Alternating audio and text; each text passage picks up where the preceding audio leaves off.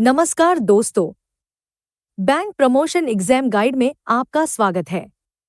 आज का सेशन बहुत खास है क्योंकि आज हम डिस्कस करेंगे इकोनॉमिक सर्वे 2026 के सबसे इम्पोर्टेंट पॉइंट्स को। यह टॉपिक हर बैंकिंग और प्रमोशन एग्जाम के लिए इम्पोर्टेंट होता है। हमने पूरे सर्वे को 24 हाई लेवल एमसीक्यूज में कवर किया है जो न केवल डेटा बल्कि उसके पीछे के लॉजिक को भी समझाएंगे। तो चलिए बिना देर किए शुरू करते हैं।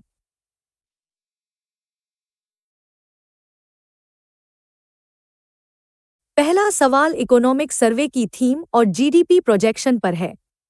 यह डेटा एग्जाम के लिए बहुत जरूरी है।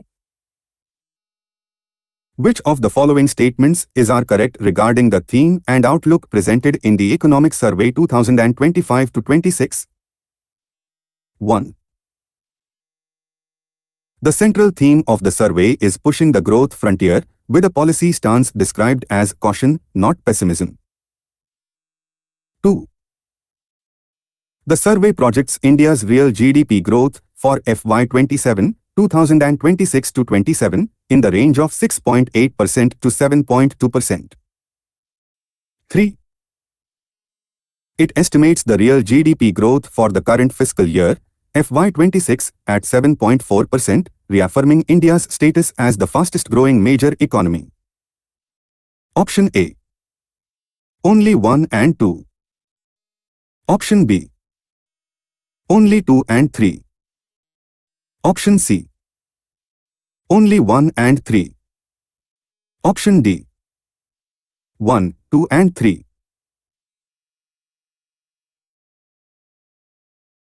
सही जवाब है ऑप्शन डी, यानी ऊपर दिए गए तीनों स्टेटमेंट्स पूरी तरह सही हैं। चलिए इसे डिकोड करते हैं। इकोनॉमिक सर्वे का सबसे पहला सवाल हमेशा उसकी थीम पर होता है।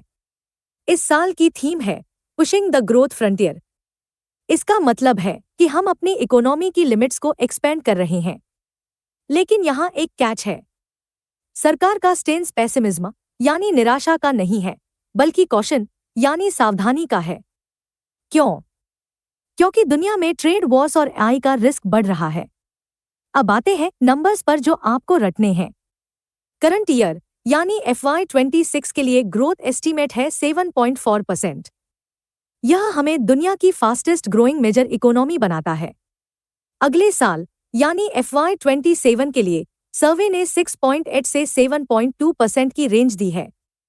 एग्जाम में यह रेंज अक्सर बदलकर पूछी जाती है, जैसे 6 to 7%, जो गलत होगा। असल बात यह है कि हमारे डोमेस्टिक ड्राइवर्स इतने मजबूत हैं कि बाहर की उथल पुथल का हम पर कम असर पड़ रहा है। जैसे गाड़ी में शॉक एब्जॉर्बर होते हैं, वैसे ही हमारी डोमेस्टिक डिमांड हमें झटकों से बचा रही है। एग्जाम में याद रखिए, थीम सावधानी की है, निराशा की नहीं, और ग्रोथ रेंज 6.8 से शुरू होती है। फिलहाल यही डेटा फाइनल है।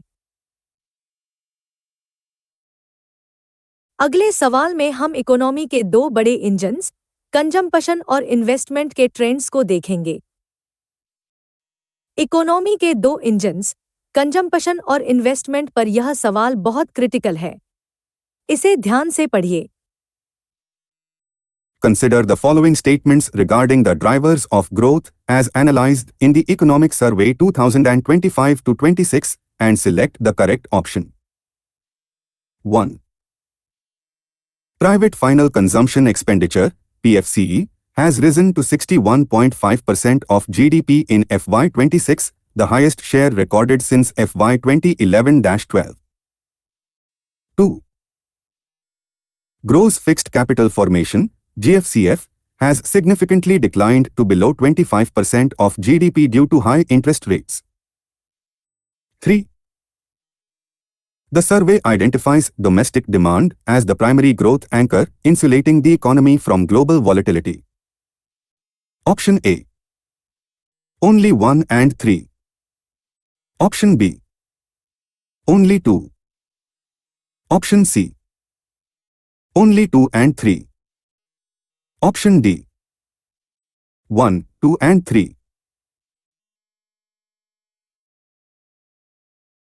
सही जवाब है ऑप्शन ए, यानी स्टेटमेंट 1 और 3 सही है, लेकिन स्टेटमेंट 2 गलत है। चलिए इसके पीछे की स्टोरी समझते हैं। जीडीपी के दो हाथ होते हैं, एक खर्चा और एक निवेश। खर्चा यानी प्राइवेट फाइनल कंजम्पशन एक्सपेंडिचर, जिसे हम पीएफसी कहते हैं। सर्वे कहता है कि पीएफसी अब जीडीपी का 61.5% हो गया है। यह पिछले 14 सालों में सबसे हाईएस्ट है। इसका मतलब है कि आम जनता खूब खर्च कर रही है, जो अच्छी बात है। अब आते हैं ट्रैप पर। ऑप्शन 2 कहता है कि इन्वेस्टमेंट यानी ग्रॉस फिक्स्ड कैपिटल फॉर्मेशन गिर गया है। यह सरासर गलत है। असल में जीएफसीएफ गिरा नहीं है, बल्कि यह 30% के आसपास स्टेबल है। सरकार का कैपेक्स और प्राइवेट सेक्टर का निवेश दोनों मजबूत हैं। एग्जामिनर आपको हाई इंटरेस्ट रेट का बहाना देकर कंफ्यूज करेगा, लेकिन डेटा पॉजिटिव है। यह दोनों मिलकर डोमेस्टिक डिमांड बनाते हैं, जो हमारे लिए एक एंकर का काम करती है। मान लीजिए दुनिया में तूफान आया है, तो यह डोमेस्टिक डिमांड हमारा लंगर है जो जहाज को बहने नहीं देता। एग्जाम में याद रखिए, भारत में इन्वेस्टमेंट गिरा नहीं है, बल्कि और मजबूत हुआ है। अगले सवाल में हम इन्फ्लेशन और आरबीआई के रेट्स पर एक बहुत बड़ा कंफ्यूजन क्लियर करेंगे। इन्फ्लेशन और आरबीआई के एक्शन पर यह सवाल ट्रिकी है। यहाँ लोग अक्सर गलती करते हैं। Which of the following statements is are correct regarding the inflation and monetary developments outlined in the Economic Survey 2025 to 26? 1.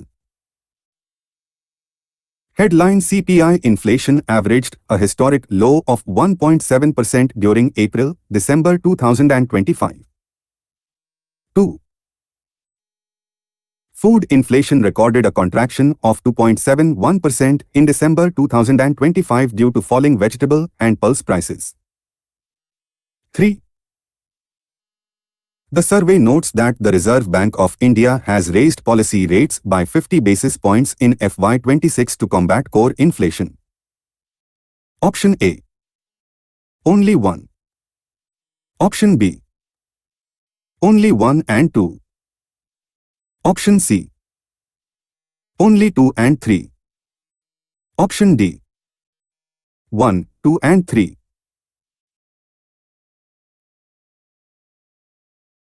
सही जवाब है ऑप्शन बी, यानी स्टेटमेंट 1 और 2 सही है, लेकिन स्टेटमेंट 3 पूरी तरह गलत है।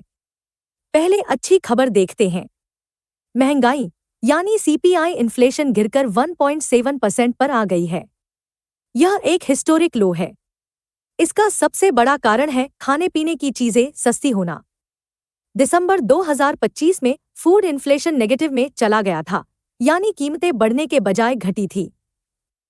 अब आते हैं उस पॉइंट पर जहां 90% लोग फेल होते हैं। स्टेटमेंट 3 कहता है कि आरबीआई ने रेट बढ़ाए हैं। यह गलत है।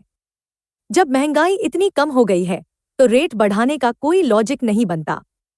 असल में आरबीआई ने ग्रोथ को सपोर्ट करने के लिए रेट्स को 125 बेसिस पॉइंट्स कम किया है। एग्जामिनर अक्सर पुरानी गाइड्स के बेसिस पर रेट हाइक का ऑप्शन देता है। आपको याद रखना है कि ट्रेंड अब रेट कट का है, रेट हाइक का नहीं। यह वैसे ही है जैसे बुखार उतरने पर आप दवाई कम कर देते हैं, बढ़ाते नहीं। एग्जाम में याद रखिए, FY26 में आरबीआई का रुख सॉफ्ट रहा है, सख्त नहीं। अगले सवाल में हम फॉरेक्स रिजर्व और एक्सटर्नल सेक्टर के रिकॉर्ड ब्रेकिंग नंबर्स को देखेंगे। भारत के फॉरेक्स रिजर्व और एक्सपोर्ट्स पर यह डेटा बेस्ड सवाल है, इसे मिस मत करना। Consider the following statements regarding India's external sector performance in FY25-26 and select the correct option. 1. India's foreign exchange reserves reached a historic high of $701.4 billion as of 16 January 2026. 2.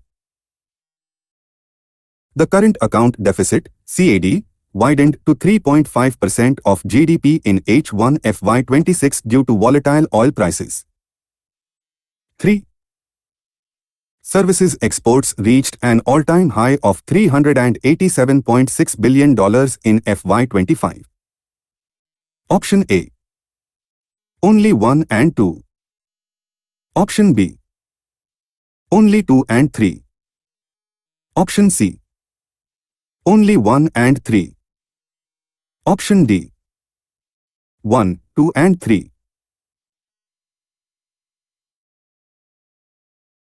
सही जवाब है option C, यानी statement 1 और 3 सही हैं। चलिए India की financial ताकत को समझते हैं। हमारा फॉरेक्स रिजर्व अब $701.4 बिलियन हो गया है। यह एक हिस्टोरिक रिकॉर्ड है। इसका मतलब है कि हमारे पास इतना पैसा है कि हम 11 महीने तक बिना किसी चिंता के इंपोर्ट कर सकते हैं। स्टेटमेंट 3 भी सही है। हमारी सर्विसेज यानी आईटी और कंसल्टिंग ने कमाल कर दिया है। सर्विसेज एक्सपोर्ट $387.6 बिलियन पर पहुंच गया है। लेकिन स्टेटमेंट 2 में एक बहुत बड़ा ट्रैप है। इसमें लिखा है कि हमारा करंट अकाउंट डेफिसिट यानी सीएडी बढ़ गया है। यह गलत है। असल में हमारा सीएडी कम होकर 0.8% पर आ गया है। जब एक्सपोर्ट बढ़ता है तो डेफिसिट कम होता है, बढ़ता नहीं है। एग्जामिनर यहां आपको पुराना डेटा या ऑयल प्राइस का डर दिखाकर कंफ्यूज करेगा। मान लीजिए आपकी कमाई बढ़ गई और खर्चा वही रहा, तो उधारी कम होगी, न कि बढ़ेगी। एग्जाम में याद रखिए, सीएडी अब 1% से भी कम है, जो बहुत ही सेफ जोन है। अगले सवाल में हम स्वदेशी और एफडीआई पर एक नया टर्म सीखेंगे। स्वदेशी और एफडीआई पर यह पॉलिसी सवाल बहुत गहरा है। इसमें एक नया टर्म आया है। Which of the following statements is are correct regarding the new policy perspective on Swadeshi introduced in the Economic Survey 2025 to 26? 1. The survey argues that Swadeshi is a legitimate policy instrument when global trade is no longer reciprocal or neutral. 2. It proposes a strategic transition from self-reliance to strategic indispensability in global supply chains. 3. It recommends an immediate ban on all foreign direct investment (FDI) in the manufacturing sector to protect domestic industries. Option A, only 1 and 2. Option B, only 1 and 3. Option C, only 2. Option D, 1, 2 and 3.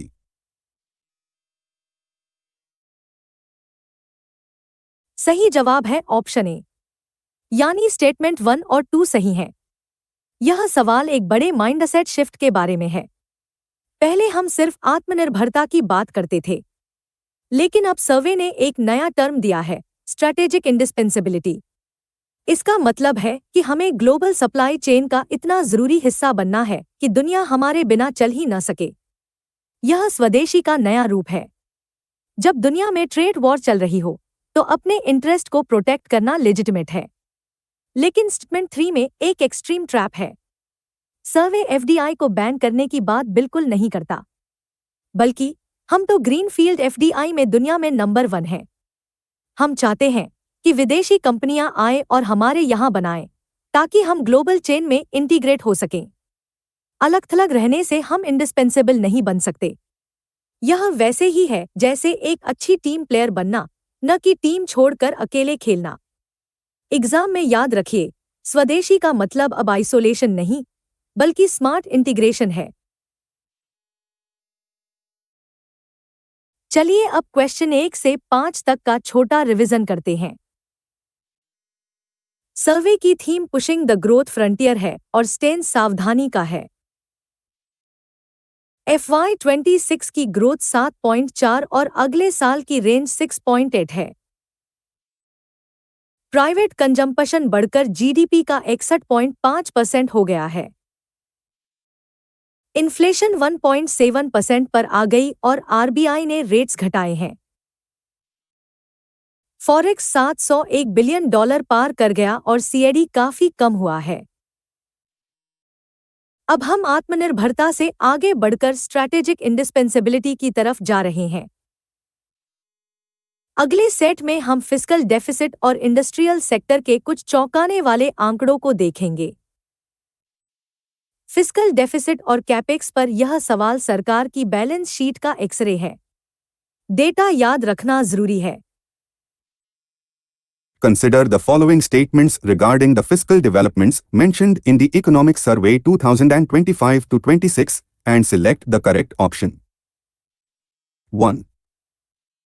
The central government is on track to achieve its fiscal deficit target of 4.4% of GDP for FY26. 2. The fiscal deficit for FY25, provisional actuals, was recorded at 4.8% of GDP. 3.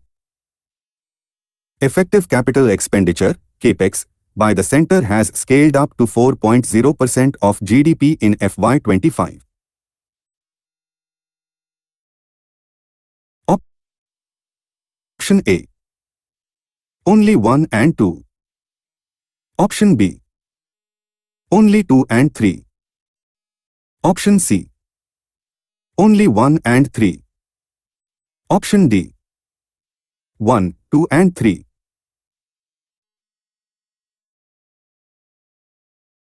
सही जवाब है option D, यानी यहाँ दिए गए तीनों statements एकदम सही हैं।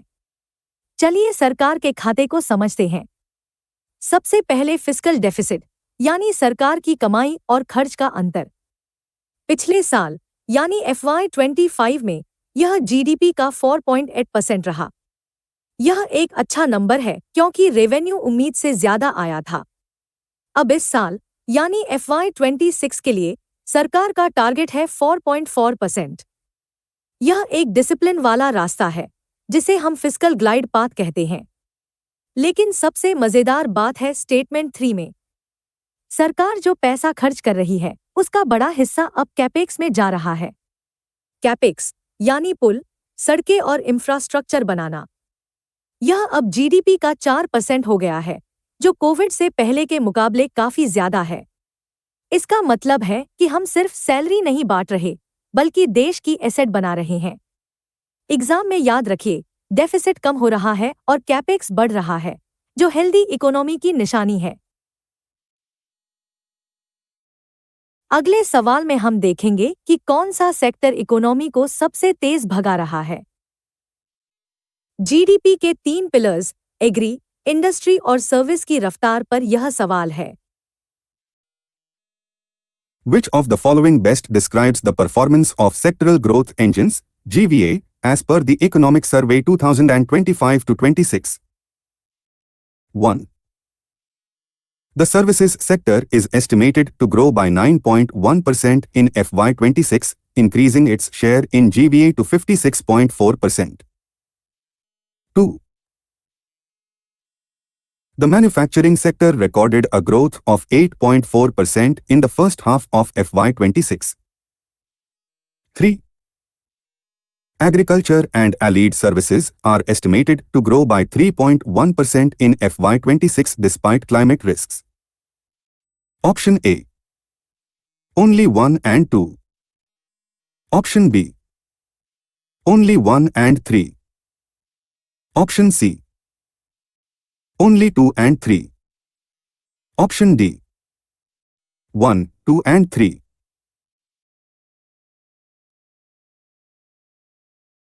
सही जवाब है ऑप्शन डी, यानी यहाँ भी सारे आंकड़े सही हैं।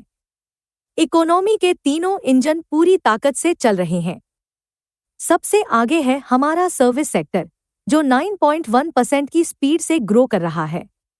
यह हमारी इकोनॉमी का आधे से ज्यादा हिस्सा यानी 56.4% है। दूसरा इंजन है मैन्युफैक्चरिंग। अक्सर लोग सोचते हैं कि फैक्ट्रीज बंद हैं, लेकिन डेटा कहता है कि मैन्युफैक्चरिंग ने 8.4% की ग्रोथ दिखाई है। इसकी वजह है PLI स्कीम्स और कम लागत। तीसरा इंजन है एग्रीकल्चर। क्लाइमेट चेंज और बारिश की दिक्कतों के बावजूद खेती ने 3.1% की रिस्पेक्टेबल ग्रोथ दी है। एग्जामिनर आपको एग्रीकल्चर को नेगेटिव या मैन्युफैक्चरिंग को स्लो बताकर कंफ्यूज करेगा, लेकिन असलियत यह है कि ग्रोथ ब्रॉड बेस्ड है, यानी हर सेक्टर ऊपर जा रहा है। एग्जाम में याद रखिए, सर्विस सबसे तेज है, लेकिन एग्री और इंडस्ट्री भी पीछे नहीं है। अगले सवाल में हम रोजगार और महिलाओं की भागीदारी पर एक बड़ा बदलाव देखेंगे। अनएम्प्लॉयमेंट और सोशल इंडिकेटर्स पर यह सवाल सोसाइटी का आईना है। डेटा पॉजिटिव है। Consider the following statements regarding employment and social infrastructure indicators in the Economic Survey 2025 to 26 and select the correct option. 1. The unemployment rate, UR, declined to 4.8% in December FY26. 2. The female labor force participation rate, LFPR, has risen to 41.7% in 2023 to 24. 3. Over 81% of rural households now have tap water connections under the Jal Jeevan Mission. Option A. Only 1. Option B. Only 1 and 2. Option C. Only 2 and 3. Option D. 1, 2 and 3.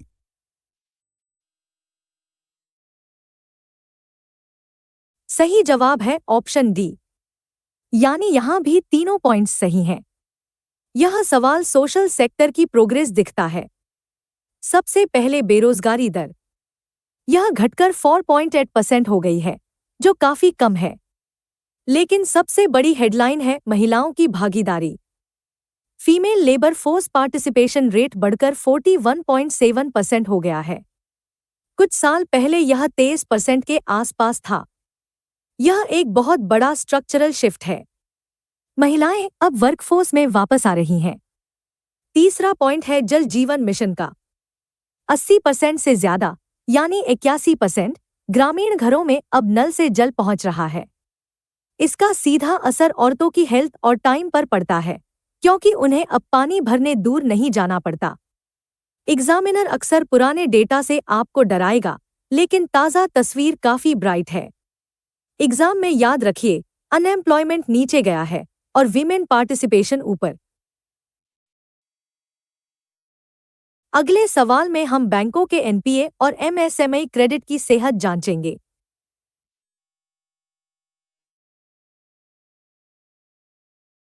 Industry के NPA और छोटे business के loan पर यह सवाल banking health checkup है। Consider the following statements regarding the health of the industrial sector and MSME credit as highlighted in the Economic Survey 2025 to 26. 1. The gross non-performing assets, GNPA, ratio of the industrial sector has declined to a multi-year low of 2.3% in September 2025. 2. The survey notes that bank credit to MSMEs has crossed the rupees 26 lakh crore mark for the first time, showing robust year-on-year growth. 3. The Emergency Credit Line Guarantee Scheme, ECLGS, was discontinued in FY26 due to sufficient market liquidity. Which of the statements given above are correct? Option A. Only 1 and 2. Option B. Only 2. Option C. Only 1 and 3. Option D. 1, 2 and 3.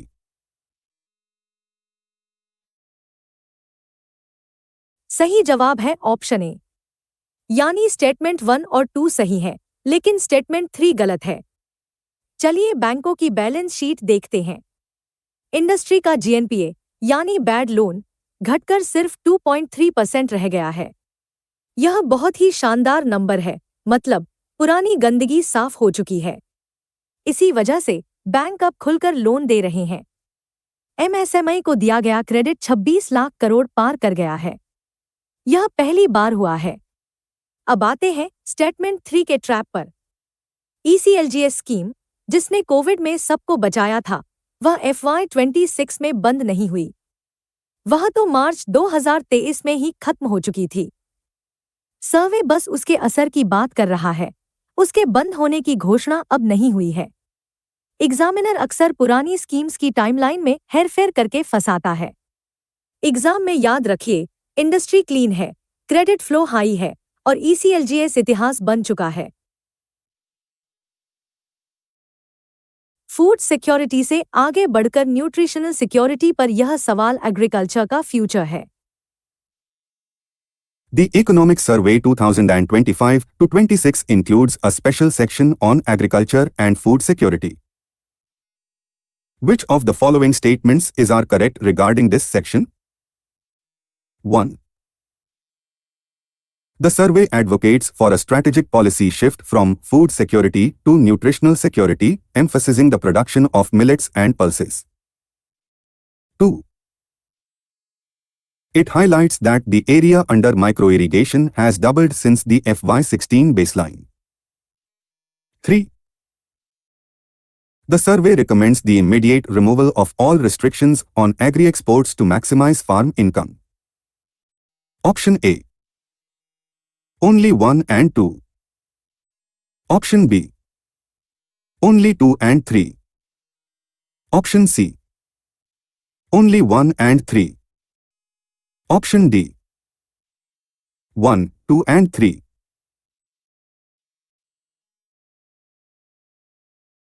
सही जवाब है option A, यानी statement 1 और 2 सही है, लेकिन statement 3 practical नहीं है। पहले सही बातों को समझते हैं। अब हमारा फोकस सिर्फ पेट भरने पर नहीं, बल्कि पोषण पर है। इसीलिए सर्वे फूड सिक्योरिटी से न्यूट्रिशनल सिक्योरिटी की तरफ शिफ्ट हो रहा है। इसमें मिलेट्स यानी श्री अन्न और दालों पर जोर है। दूसरा पॉइंट भी सही है। पानी बचाने के लिए माइक्रो इरिगेशन का एरिया FY16 के मुकाबले डबल हो गया है, पर ड्रॉप मोर क्रॉप स्कीम काम कर रही है। अब आते हैं स्टेटमेंट 3 पर। सर्वे कभी भी आंख बंद करके सारे एक्सपोर्ट रिस्ट्रिक्शन हटाने को नहीं कहता। प्याज और चीनी जैसी जरूरी चीजों पर रोक लगाना सरकार की मजबूरी होती है, ताकि घरेलू कीमतें न बढ़े। यह एक बैलेंस्ड अप्रोच है, फ्री फॉर ऑल नहीं। एग्जामिनर अक्सर एक्सट्रीम स्टेटमेंट्स देता है, जैसे रिमूवल ऑफ ऑल रिस्ट्रिक्शंस, जो आमतौर पर गलत होते हैं। एग्जाम में याद रखिए, पॉलिसी अब स्मार्ट न्यूट्रिशन और बैलेंस्ड ट्रेड की है। अगले सवाल में हम लॉजिस्टिक्स और पब्लिक हेल्थ के कुछ नए रिस्क्स को समझेंगे। FY26 का डेफिसिट टारगेट 4.4% है और पिछले साल 4.8 था। सर्विस सेक्टर की ग्रोथ 9.1 और मैन्युफैक्चरिंग की 8.4% है। बेरोजगारी दर 4.8 रह गई और महिलाओं की भागीदारी 41% पार कर गई। इंडस्ट्री का NPA 2.3% है और MSME लोन 26 लाख करोड़ से ऊपर। अब फोकस न्यूट्रिशनल सिक्योरिटी पर है और माइक्रो इरिगेशन का एरिया डबल हो गया है। अगले सेट में हम लॉजिस्टिक्स और पब्लिक हेल्थ के कुछ नए रिस्क्स को समझेंगे। लॉजिस्टिक्स कॉस्ट और पोर्ट एफिशिएंसी पर यह सवाल इंफ्रास्ट्रक्चर की असली तस्वीर दिखाता है। Consider the following statements regarding logistics and infrastructure performance noted in the Economic Survey 2025 to 26. 1. The National Logistics Policy (NLP) has helped reduce logistics costs to roughly 8 to 9% of GDP as per preliminary estimates. 2. The average turnaround time at major ports has reduced to less than 24 hours in FY25. 3. The survey reports that the dedicated freight corridors, DFCs, are now 100% operational across the entire planned network. Which of the statements given above are correct? Option A. Only 1. Option B. Only 1 and 2. Option C. Only 2 and 3.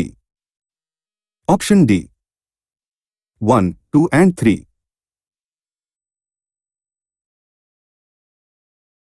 सही जवाब है option B, यानी statement 1 और 2 सही है, लेकिन statement 3 थोड़ा सा गलत है। पहले अच्छी खबर, नेशनल लॉजिस्टिक्स पॉलिसी और जीएसटी की वजह से हमारी लॉजिस्टिक्स कॉस्ट घटकर जीडीपी के 8 से 9% पर आ गई है। यह ग्लोबल स्टैंडर्ड के करीब है। हमारे पोर्ट्स भी सुपर फास्ट हो गए हैं। शिप्स का टर्न अराउंड टाइम अब 24 घंटे से भी कम है, जो पहले कई दिन होता था। लेकिन स्टेटमेंट 3 में एक कैच है। डेडिकेटेड फ्रेट कॉरिडोर यानी डीएफसी का काम बहुत तेज है, लेकिन यह पूरा 100% कंप्लीट नहीं हुआ है। वेस्टर्न डीएफसी में कुछ हिस्से अभी भी बाकी हैं। सर्वे कहता है कि यह लगभग 96% पूरा हुआ है। एग्जामिनर अक्सर 100% जैसे एब्सोल्यूट नंबर देकर फंसाता है। एग्जाम में याद रखिए, लॉजिस्टिक्स कॉस्ट सिंगल डिजिट में आ गई है और पोर्ट्स वर्ल्ड क्लास हो गए हैं। अगले सवाल में हम आपकी सेहत और इकोनॉमी के बीच का एक डरावना कनेक्शन देखेंगे। हेल्थ और जंक फूड पर यह सवाल इकोनॉमिक सर्वे की एक नई और गंभीर वार्निंग है। The Economic Survey 2025-26 issues a strong advisory regarding public health and consumption under the theme Healthy India, Productive India. Which of the following statements are correct? 1. The survey identifies the rising consumption of ultra-processed foods as a critical economic risk due to long-term health costs. 2.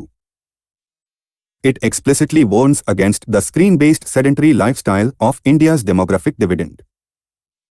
3. It suggests regulatory curbs, including a ban on advertisements for high-fat, sugar, and salt (HFSs) foods on children's channels.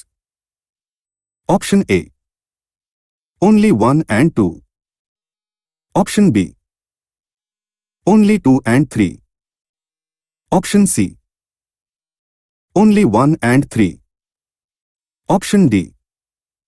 1, 2 and 3.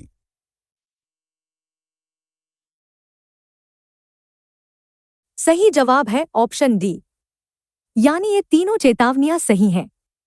सर्वे ने पहली बार health को economic risk माना है। Statement 1 कहता है कि ultra processed food यानी packet बंद खाना हमारी वर्कफोर्स को बीमार कर रहा है। इससे प्रोडक्टिविटी कम होती है और हेल्थ का खर्चा बढ़ता है। स्टेटमेंट 2 डिजिटल इंडिया का साइड इफेक्ट बताता है। लोग और बच्चे स्क्रीन के सामने बैठे रहते हैं, जिसे सेडेंटरी लाइफस्टाइल कहते हैं।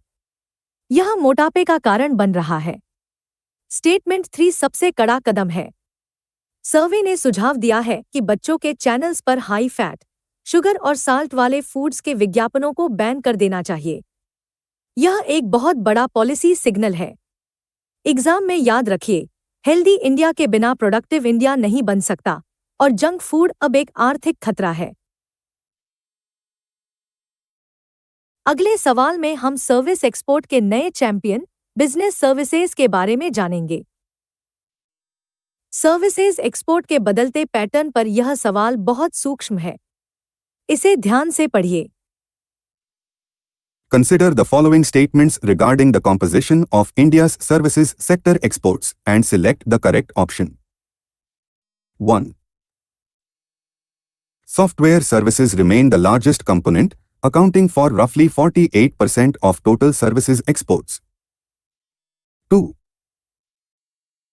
Business services, including global capability centers, have overtaken travel and transport to become the second largest export category. 3. India's share in global commercial services exports has declined to 3.5% in 2024. Which of the statements given above are incorrect? Option A. Only 1. Option B.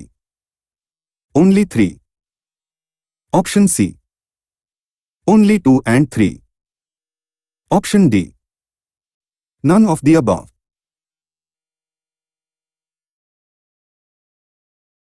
सही जवाब है option B, क्योंकि सिर्फ statement 3 गलत है। चलिए सही तस्वीर देखते हैं।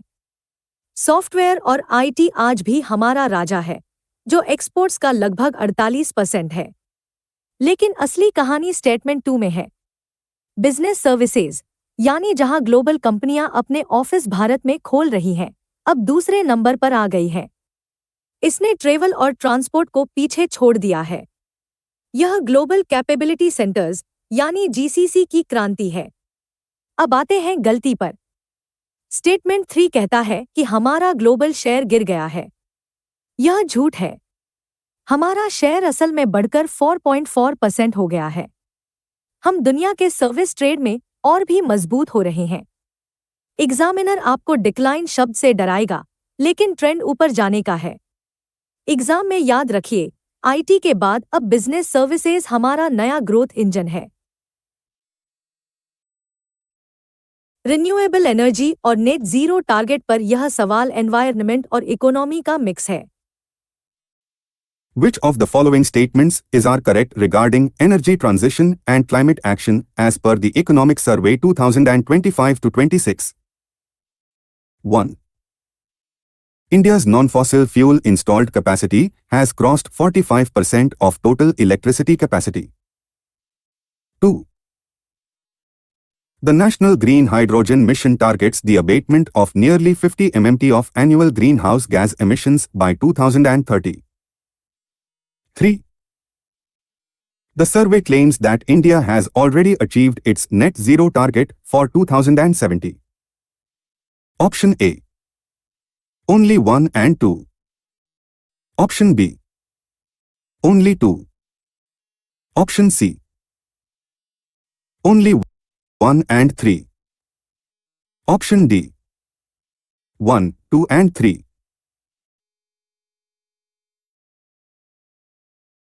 सही जवाब है ऑप्शन ए, यानी स्टेटमेंट 1 और 2 सही है, लेकिन स्टेटमेंट 3 लॉजिकली गलत है। भारत का एनर्जी ट्रांजिशन बहुत तेज है। हमारी बिजली बनाने की कुल क्षमता में से 45% अब नॉन फॉसिल सोर्सेज यानी सोलर, विंड और हाइड्रो से आता है। यह बहुत बड़ी उपलब्धि है। ग्रीन हाइड्रोजन मिशन का लक्ष्य भी बहुत महत्वाकांक्षी है। हम 2030 तक 50 मिलियन मीट्रिक टन कार्बन उत्सर्जन कम करना चाहते हैं। लेकिन स्टेटमेंट 3 में एक कॉमन सेंस की गलती है। नेट जीरो का टारगेट साल 2070 के लिए रखा गया है। इसे आज यानी 2025 में कैसे अचीव किया जा सकता है? सर्वे सिर्फ रास्ते की बात करता है, मंजिल पर पहुंचने का दावा नहीं करता। एग्जामिनर अक्सर फ्यूचर टारगेट्स को अचीव्ड बताकर कंफ्यूज करता है। एग्जाम में याद रखिए, कैपेसिटी 45% पार कर गई है, लेकिन नेट जीरो अभी दूर है। फाइनेंशियल सेविंग्स और आईबीसी पर यह सवाल इन्वेस्टर्स के बिहेवियर को डिकोड करता है। Consider the following statements regarding the banking and financial sector overview in the Economic Survey 2025 to 26. 1. The capital to risk-weighted assets ratio, CRAR, of scheduled commercial banks, SCBs, stands at a robust 16.8%. 2. The survey highlights a definitive financialization of savings, with households shifting from physical assets to financial assets like equities. 3. The Insolvency and Bankruptcy Code, IBC, recovery rate has dropped below 15%. Which of the statements given above is are correct? Option A. Only 1. Option B. Only 1 and 2. Option C. Only 2 and 3. Option D. 1, 2 and 3.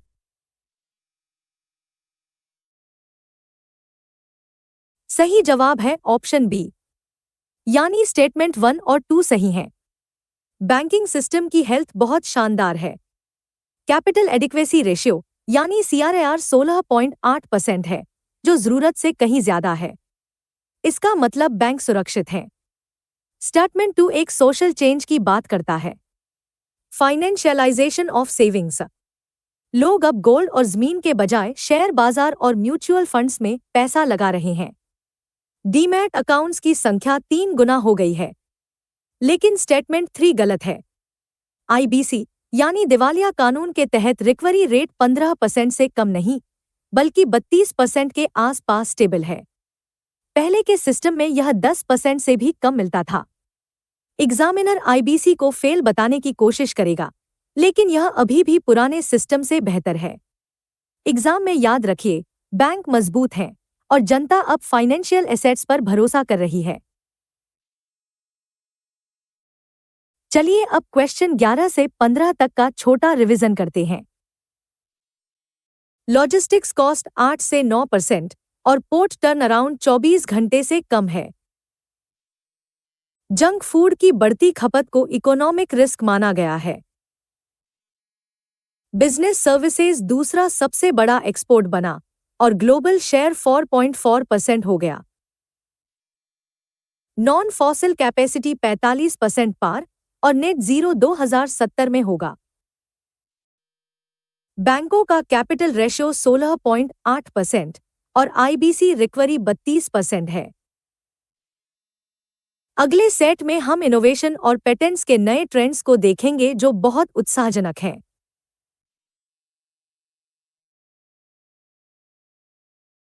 Innovation और startups पर यह सवाल भारत के भविष्य की दिशा बताता है। Consider the following statements regarding innovation and R&D trends mentioned in the Economic Survey 2025 to 26. 1. India has improved its global standing, ranking 39th in the Global Innovation Index, GII, 2025. 2. The number of patents granted in FY25 witnessed a sharp 40% year-on-year decline. 3.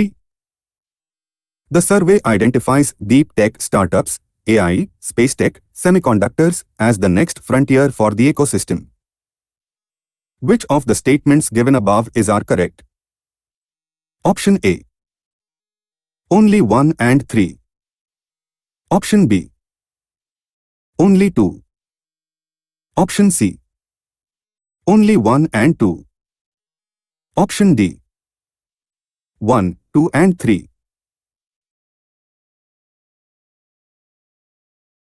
सही जवाब है option A, यानी statement 1 और 3 सही हैं। भारत का innovation graph लगातार ऊपर जा रहा है। ग्लोबल इनोवेशन इंडेक्स में हमारी रैंक सुधरकर 39 हो गई है। डीप टेक स्टार्टअप्स जैसे एआई और स्पेस टेक अब हमारा नया फोकस एरिया है। लेकिन स्टेटमेंट 2 में एक बड़ा झूठ है। पेटेंट्स की संख्या घटी नहीं है, बल्कि उसमें भारी उछाल आया है। पेटेंट ऑफिस की एफिशिएंसी बढ़ने और R&D पर फोकस होने से ग्रांट्स बढ़ी हैं। एग्जामिनर अक्सर डेटा को उल्टा करके पूछता है। पेटेंट्स का घटना नेगेटिव सिग्नल होता, जबकि रियलिटी पॉजिटिव है। एग्जाम में याद रखिए, इनोवेशन रैंक 39 है और पेटेंट्स बढ़ रहे हैं। अगले सवाल में हम एक्सपोर्ट्स के रिकॉर्ड ब्रेकिंग टोटल को देखेंगे। टोटल एक्सपोर्ट्स और ग्लोबल शेयर पर यह डेटा बहुत उत्साहजनक है। Consider the following statements regarding India's export performance and composition as detailed in the Economic Survey 2025 to 26. 1.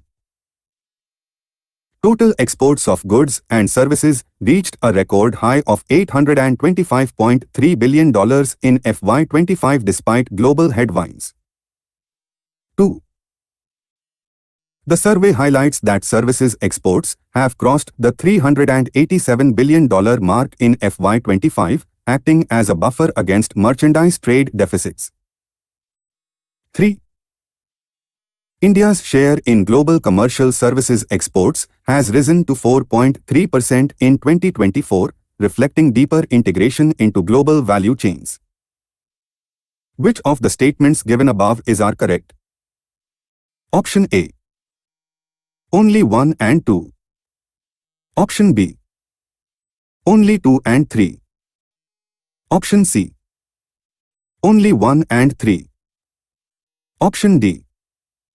1, 2 and 3.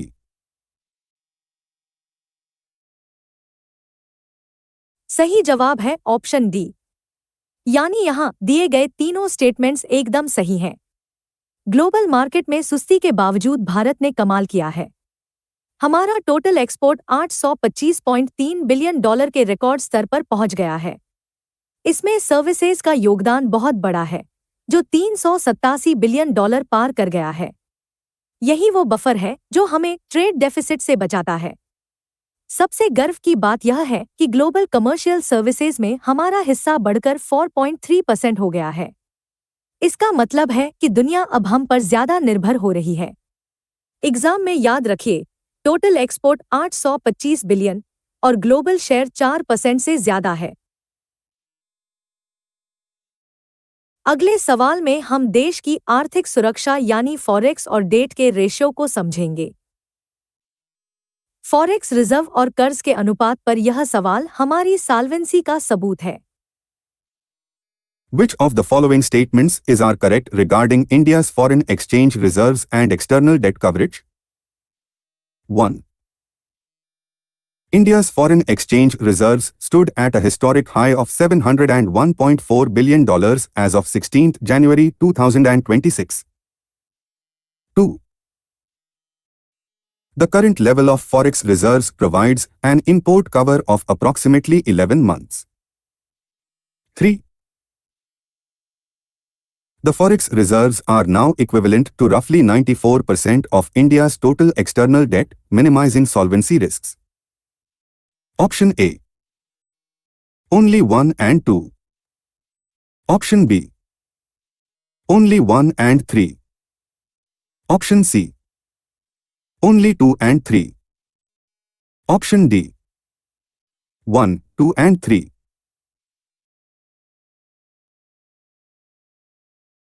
सही जवाब है ऑप्शन डी, यानी तीनों पॉइंट्स सही हैं। यह सवाल साबित करता है कि भारत आर्थिक रूप से कितना सुरक्षित है। 16 जनवरी 2026 को हमारा फॉरेक्स रिजर्व $701.4 बिलियन हो गया।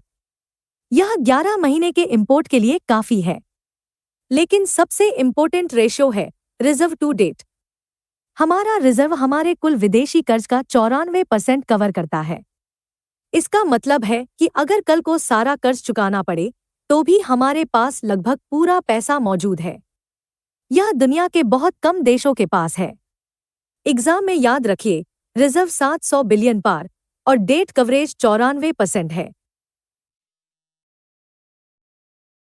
अगले सवाल में हम रेमिटेंस के बदलते ट्रेंड्स और सोर्सेज को देखेंगे।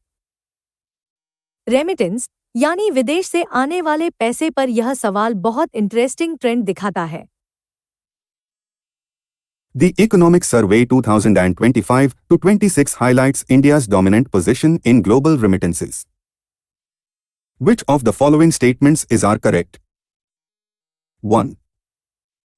India remains the world's largest recipient of remittances, receiving a total of $135.4 billion in FY25.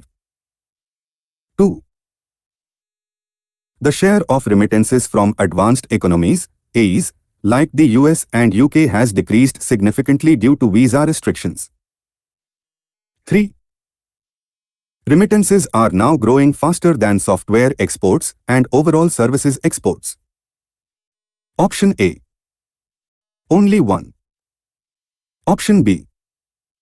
Only 1 and 3. Option C. Only 2 and 3. Option D. 1, 2 and 3.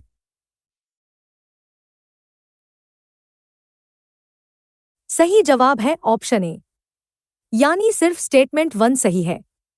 Bharat दुनिया में सबसे ज्यादा रेमिटेंस पाने वाला देश है। FY25 में हमें $135.4 बिलियन मिले, लेकिन बाकी दोनों स्टेटमेंट्स गलत हैं। स्टेटमेंट 2 कहता है कि अमेरिका और यूके से पैसा आना कम हो गया है। असल में वहां से पैसा आना बढ़ा है क्योंकि हमारे हाई स्किल्ड लोग अब वहां ज्यादा जा रहे हैं। खाड़ी देशों का शेयर कम हुआ है। स्टेटमेंट 3 भी गलत है। रेमिटेंस की ग्रोथ अच्छी है, लेकिन यह सॉफ्टवेयर एक्सपोर्ट्स से तेज नहीं है।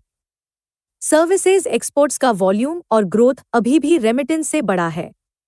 एग्जाम में याद रखिए, रेमिटेंस 135 बिलियन है और एडवांस्ड इकोनॉमी से पैसा बढ़ रहा है। चलिए अब क्वेश्चन 16 से 20 तक का छोटा रिवीजन करते हैं। ग्लोबल क्राइसिस और 2025 के विरोधाभास पर यह सवाल सर्वे का सबसे डार्क चैप्टर है। Consider the following statements regarding the global economic outlook and the paradox of 2025 presented in the survey. 1. The survey estimates a 10 to 20% probability of a global crisis in 2026 comparable to the 2008 financial crisis. 2. It describes the current situation as a paradox of 2025, where India's strong domestic performance collides with a hostile global environment. 3. It notes that hyperglobalization has been replaced by global fragmentation and friendshoring. Which of the statements given above are correct? Option A. Only 1 and 2. Option B. Only 2 and 3. Option C. Only 1 and 3. Option D. 1, 2 and 3.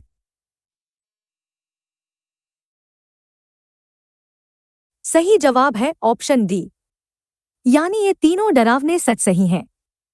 सर्वे ने साफ चेतावनी दी है कि 2026 में एक बड़ा global crisis आ सकता है, जिसकी संभावना 10 से 20% है। यह 2008 जैसा हो सकता है। इसी को सर्वे पैराडॉक्स ऑफ 2025 कहता है। मतलब भारत अंदर से बहुत मजबूत है, लेकिन बाहर की दुनिया बहुत खराब है। हाइपर ग्लोबलाइजेशन यानी जब पूरी दुनिया एक बाजार थी, अब खत्म हो चुका है। अब जमाना ग्लोबल फ्रेगमेंटेशन और फ्रेंड शोरिंग का है, यानी देश गुटों में बंट गए हैं। हमें इसी मुश्किल माहौल में अपनी ग्रोथ बचानी है। एग्जाम में याद रखिए, पैराडॉक्स यही है कि हमारी मजबूती और दुनिया की कमजोरी का टकराव हो रहा है। अगले सेट में हम करंट अकाउंट डेफिसिट और एफपीआई फ्लो के रिस्क को समझेंगे। करंट अकाउंट डेफिसिट और बैलेंस ऑफ पेमेंट्स का यह अंतर समझना बहुत जरूरी है। Consider the following statements regarding the current account deficit, CAD, and balance of payments, BOP, trends in FY26. 1. The current account deficit, CAD, moderated to 0.8% of GDP in the first half of FY26, signaling external stability. 2. India recorded a balance of payments, BOP, deficit of $6.4 billion in H1 FY26. 3. Net foreign portfolio investment, FPI, flows remained positive throughout the April to December 2025 period. Which of the statements given above are incorrect? Option A. Only 1. Option B. Only 3. Option C. Only 2 and 3. Option D. None of the above.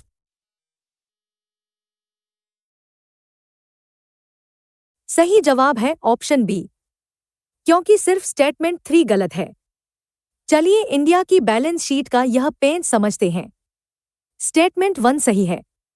हमारा CAD यानी current account deficit घटकर GDP का सिर्फ 0.8% रह गया है। यह बहुत अच्छी खबर है, मतलब हम व्यापार में संभल गए हैं। लेकिन स्टेटमेंट 2 भी सही है कि ओवरऑल बैलेंस ऑफ पेमेंट्स यानी बीओपी नेगेटिव हो गया है। हमें $6.4 बिलियन का घाटा हुआ है।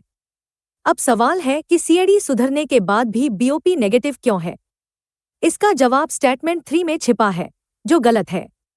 एफपीआई यानी विदेशी निवेशकों ने पैसा लगाया नहीं, बल्कि निकाला है। अप्रैल से दिसंबर के बीच नेट आउटफ्लो हुआ है, क्योंकि अमेरिका में ब्याज दरें ऊंची थी और एआई बूम वहां पैसा खींच रहा था।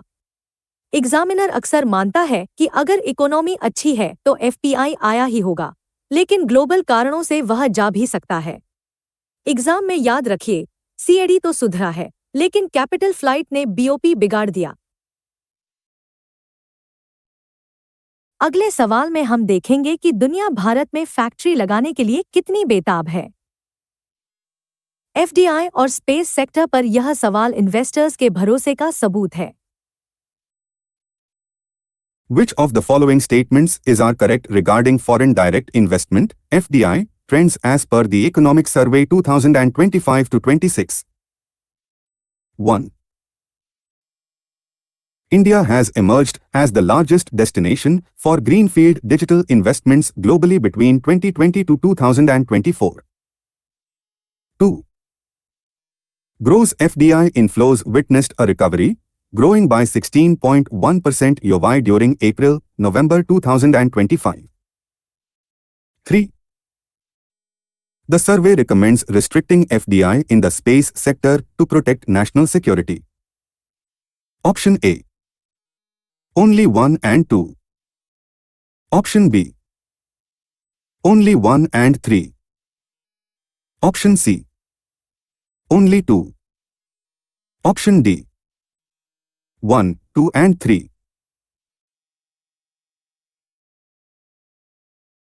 सही जवाब है ऑप्शन ए, यानी स्टेटमेंट 1 और 2 सही हैं।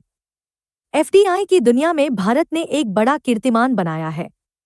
ग्रीनफील्ड डिजिटल इन्वेस्टमेंट यानी बिल्कुल नई डिजिटल कंपनियां खड़ी करने में भारत दुनिया में नंबर 1 बन गया है। हमने अमेरिका और चीन को भी पीछे छोड़ दिया है। टोटल एफडीआई इनफ्लो भी 16.1% बढ़ा है, जो रिकवरी का संकेत है। लेकिन स्टेटमेंट 3 में एक ट्रैप है। स्पेस सेक्टर को हम बंद नहीं कर रहे, बल्कि खोल रहे हैं। सरकार ने स्पेस में 100% एफडीआई अलाउ किया है ताकि प्राइवेट प्लेयर आ सकें। सर्वे इसे एक मॉडल रिफॉर्म मानता है, न कि सिक्योरिटी रिस्क। एग्जामिनर अक्सर स्ट्रेटेजिक सेक्टर्स में रेस्ट्रिक्शन की बात करके कंफ्यूज करता है। एग्जाम में याद रखिए, डिजिटल एफडीआई में हम वर्ल्ड लीडर हैं और स्पेस सेक्टर अब ओपन फॉर बिजनेस है। अगले सवाल में हम रुपए की चाल और आरबीआई की असली रणनीति को समझेंगे। करेंसी एक्सचेंज रेट और डॉलर इंडेक्स पर यह सवाल बहुत टेक्निकल है।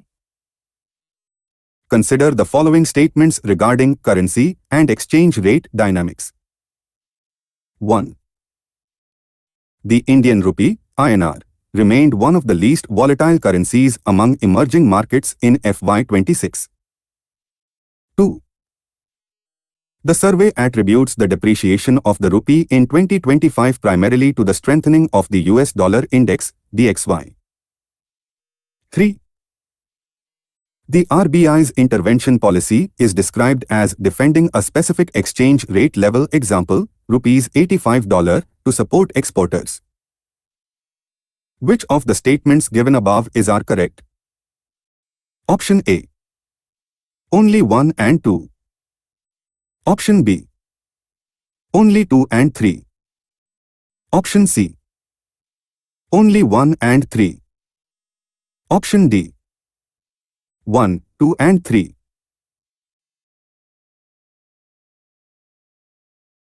सही जवाब है ऑप्शन ए, यानी स्टेटमेंट 1 और 2 सही हैं, लेकिन स्टेटमेंट 3 आरबीआई की पॉलिसी के खिलाफ है। रुपए ने इस साल गजब की स्टेबिलिटी दिखाई है। इमर्जिंग मार्केट्स में हमारी करेंसी सबसे कम वॉलेटाइल रही है। हाँ, रुपया थोड़ा कमजोर हुआ है, लेकिन उसकी वजह हमारी कमजोरी नहीं, बल्कि डॉलर की मजबूती है। डॉलर इंडेक्स यानी DXY जब भी ऊपर जाता है, दुनिया की हर करेंसी गिरती है। अब आते हैं स्टेटमेंट 3 पर।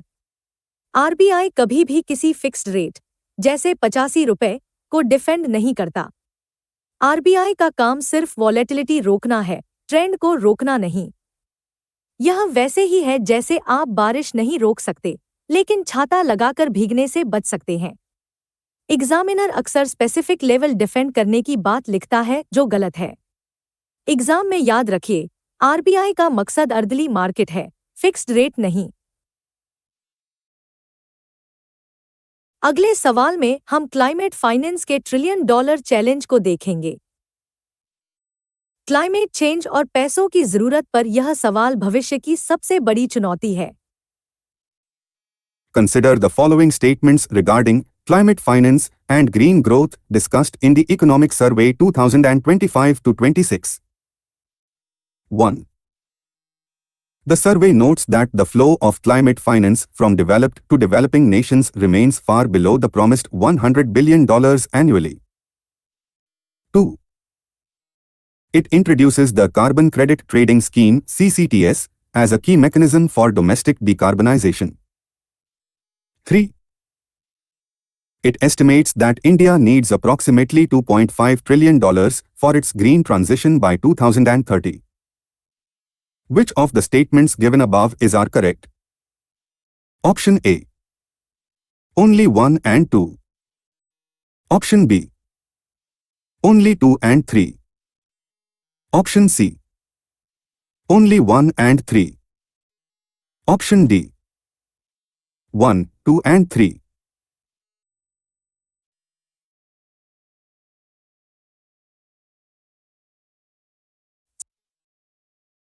सही जवाब है ऑप्शन डी, यानी ये तीनों कड़वे सच सही हैं। क्लाइमेट चेंज से लड़ने के लिए पैसा सबसे बड़ी रुकावट है। अमीर देशों ने $100 बिलियन सालाना देने का वादा किया था, जो उन्होंने पूरा नहीं किया। सर्वे ने इसे साफ शब्दों में नाकाफी बताया है। घर में चीजें सुधारने के लिए सरकार ने कार्बन क्रेडिट ट्रेडिंग स्कीम यानी CCTS शुरू की है। इससे कंपनियां कार्बन क्रेडिट खरीद और बेच सकती हैं। लेकिन असली झटका स्टेटमेंट 3 में है। हमें 2030 तक अपने वादे पूरे करने के लिए $2.5 ट्रिलियन की जरूरत है। यह एक बहुत बड़ी रकम है जो बिना ग्लोबल मदद के जुटाना मुश्किल है। एग्जाम में याद रखिए, 100 बिलियन का वादा टूटा है और हमें $2.5 ट्रिलियन चाहिए। तो दोस्तों, यह था इकोनॉमिक सर्वे 2026 का पूरा निचोड़। हमने ग्रोथ रेट से लेकर क्लाइमेट फाइनेंस तक हर जरूरी डेटा को कवर किया है।